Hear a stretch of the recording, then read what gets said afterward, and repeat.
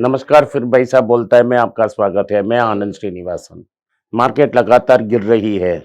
कल थोड़ा ऊपर क्लोज हुआ, लेकिन इस हफ्ते फिर से गिरेगा। मार्केट में करेक्शन लॉन्ग ओवरड्यू है। ये जब तक करेक्शन खत्म होगा, जब तक 20 या 40% तक मार्केट गिर चुकी होगी। ये करेक्शन नहीं है इसलिए क्योंकि मार्केट की पीक 1800-600 में था। एक करेक्शन को हम कम से कम 20% बोलते हैं। 3700 पॉइंट गिरना है। लेकिन इसके हिसाब से मार्केट से 14,900 से 15,000 ही पहले स्टेप ऑफ करेक्शन होगी। उसके नीचे मार्केट जाना ही है। ये नहीं हो सकता है कि मार्केट एक ही डायरेक्शन में लगातार ऊपर जाए। रिजर्व बैंक के गवर्नर शक्तिकांता दास ने भी ये बोला है कि मार्केट की दामों में, कंपनी की स्टॉक की दामों में और इकोनॉमिक रियलिटी में कोई लिंक नहीं है।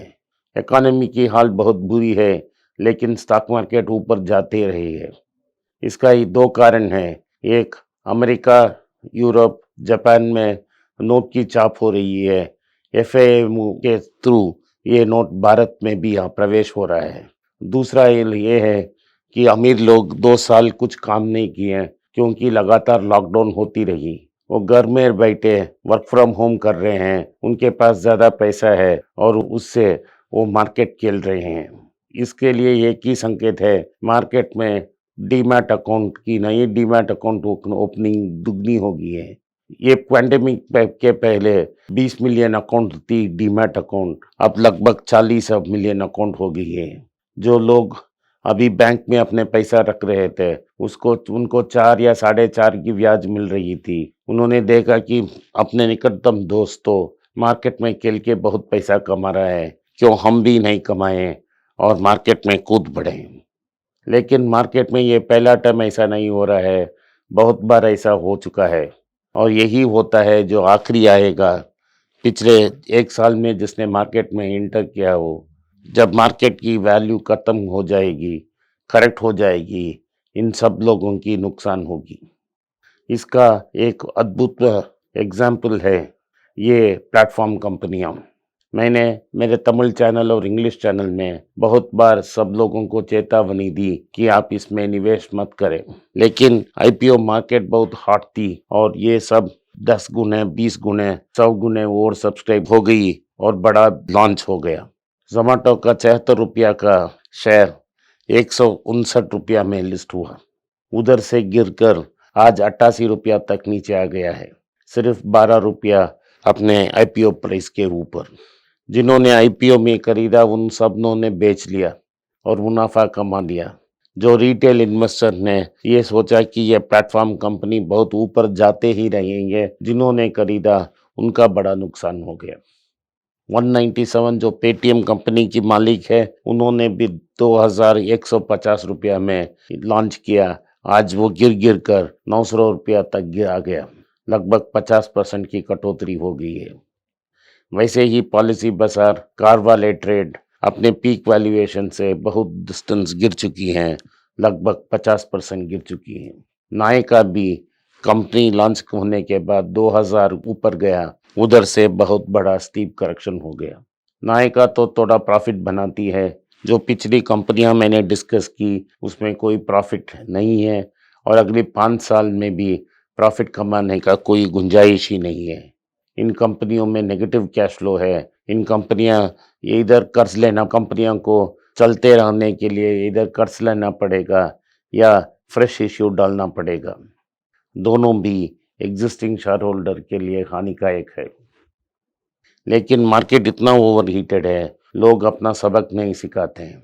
तो मैंने कल अखबार में पढ़ा कि वो यो एक कंपनी है जिसने कोई पैसा नहीं है। ऑपरेशनल क्रेडिटर्स ने बहुत बार उसको बैंक्रप्सी के लिए मूव किया है। उन्होंने छोटा छोटा रकम सेटल करके वो बैंक्रप्सी से बाहर आ गए। उस कंपनी को $9 बिलियन वैल्यूएशन में लिस्ट करने की कोशिश हो रही है। इस कंपनी में 8,450 रुपया की शेयर्स को ऐलान कर रहे हैं। इसकी बोली होगी और उसमें से 7,000 करोड़ कंपनी के लिए जाएगा। 1,450 करोड़ एग्जिस्टिंग इन्वेस्टर्स बाहर निकालेंगे।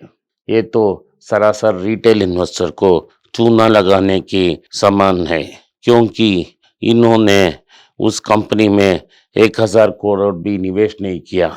उन्होंने हर बार वैल्यूएशन को बढ़ाकर अपना स्टॉक बढ़ाया। जब ये स्टॉक बढ़े, इस स्टॉक को 1450 करोड़ को बेचेंगे तो जितना पैसा उन्होंने डाला उनमें से एक या दो दुगनी पैसा वापस लेके जाएंगे, और जो स्टॉक उनके पास बचत रहेगा वो मुफ्त का होगा। ऐसे कंपनी में इन्वेस्ट करना तो पागलपन है। मैं ये क्यों कहता हूँ कि ये पागलपन है। ओये के पास एक भी खुद का होटल नहीं है। वो सारी छोटे छोटे होटलें भारत की सभी शहरों में लीज में लिया है। उन्होंने कंपनी को, वो छोटे छोटे होटल कंपनी के मालिक को कंपल्सरी रिजर्वेशन की प्रॉमिस दिया है, लेकिन वो प्रॉमिस को वो ऑनर नहीं कर सके। इसीलिए इन कंपनियों ने केस डाला है कि हमारा लीज रेंटल पेमेंट नहीं आया। दूसरा, एक बिरला कंपनी ने बोला है कि हमसे मर्जर करने की प्रॉमिस थी, लेकिन मर्जर ठीक ठाक से नहीं हुआ है, हमको भी शेयर्स अलॉट होना चाहिए। इसमें रतीश अग्रवाल है जो ओनर है, वो तो टीवी यूट्यूब में एडवर्टाइजमेंट दे रहे हैं कि मैं कोचिंग क्लास दूंगा, आप कैसे अपने स्टार्टअप बना सकते हो। इससे क्लियरली पता है अपने रतीश अग्रवाल को इस कंपनी में कोई कॉन्फिडेंस नहीं है कि ये ऊपर जाएगी या किसी भी दिन एक मुनाफा कमाएगी। ओयो को मोशी सन भी बैक किया है।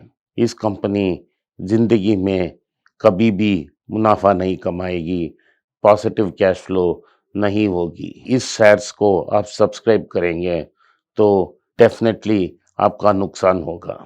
आप इस आईपीओ को अवॉइड कीजिए, न्यू प्लेटफॉर्म्स को अवॉइड कीजिए, अपना पैसा बचत रखिए, क्योंकि वॉरेन बफेट ने हमको ये सिखाया है कि कैपिटल हर हाल में प्रिजर्व होना चाहिए। ये इन्वेस्टिंग की पहली रूल है। और दूसरी रूल है कि हमको पहले रूल कभी भी भूलना नहीं चाहिए। धन्यवाद, नमस्कार, जय हिंद। निवेश का बारे में, शेयर मार्केट का बारे में हर दिन हम अपडेट करेंगे। पैसा बोलता है हिंदी चैनल में। आप लाइक करिए, शेयर करिए, सब्सक्राइब करिए।